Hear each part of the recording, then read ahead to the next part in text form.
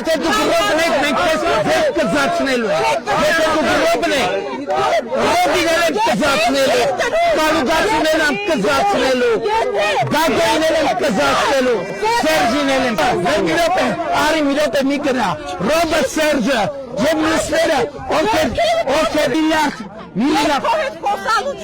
Իդան չեք եկել, ոչ, կզացնելու եմ, ռոբիտ կզացնելու եմ, չոքսնելու եմ, սատկացնելու եմ, կալուգացինել եմ, կզացնելու եմ, սատկացնելու եմ։ Պարոն Փաշինյան, նույնիսկ պետք է սկսեմ բարեվարկության կանոններից։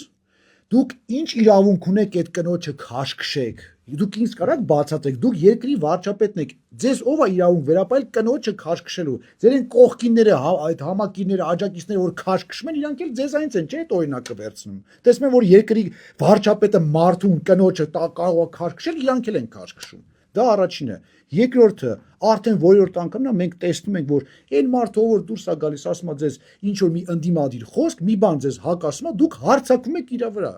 Բայց դա նորմալ չի, չէ՞։ Այդ մարդուն ասում եք, դե եթե դու ռոբն ես, քեզ այն բանից կանեմ, սենց կանեմ, նենց կանեմ, եթե դու Սերժն ես, այ մարդ ոչ ռոբն է, ոչ Սերժն է այդ մարդը, չեք տենում կին է, տղամարդ չի, ոչ Գագոն է, ոչ Սամոն է։ Այդ կինը արաբ գիրում ապրում, ինքը չի եկել է ձեր մոտ այդ բանիդ, կառավարության շենքի մոտ բողոքում, ինչ որ բաներ ասում։ Դուք եք գնացել իրա բակ գորգռում եք։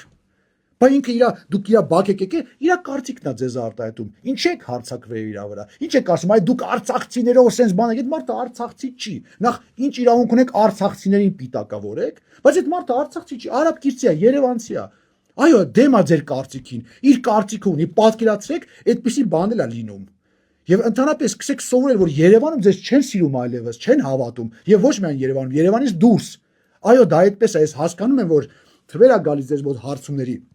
դա նյարդայնացնող է, բայց ձեզ իրավունք չի վերապահում, որ դուք հարցակվեք մարդկանց վրա։ Հետո ասում եք, ձեզ այնը սենց եմ անել, այ Ռոբին սենց եմ անել ու Սերժին սենց եմ անել։ Այդ կինն էլ ասում է, բայց 8 տարի ունեիք անեիք։ Բոլորս ենք ասում, 8 տարի ունեիք, ասեիք ինչքան է ձեզ պետք։ 10 տարի, 20, 30, 50, ինչքան։ Գիտեք ինչ է նշանակում, որ կամ չեք ուզում, կամ չեք կարողանում։ Այս դեպքում այդ անիկդոտ կար, ասում է, տեղ տվեք նրանց, ովքեր կարողանում են։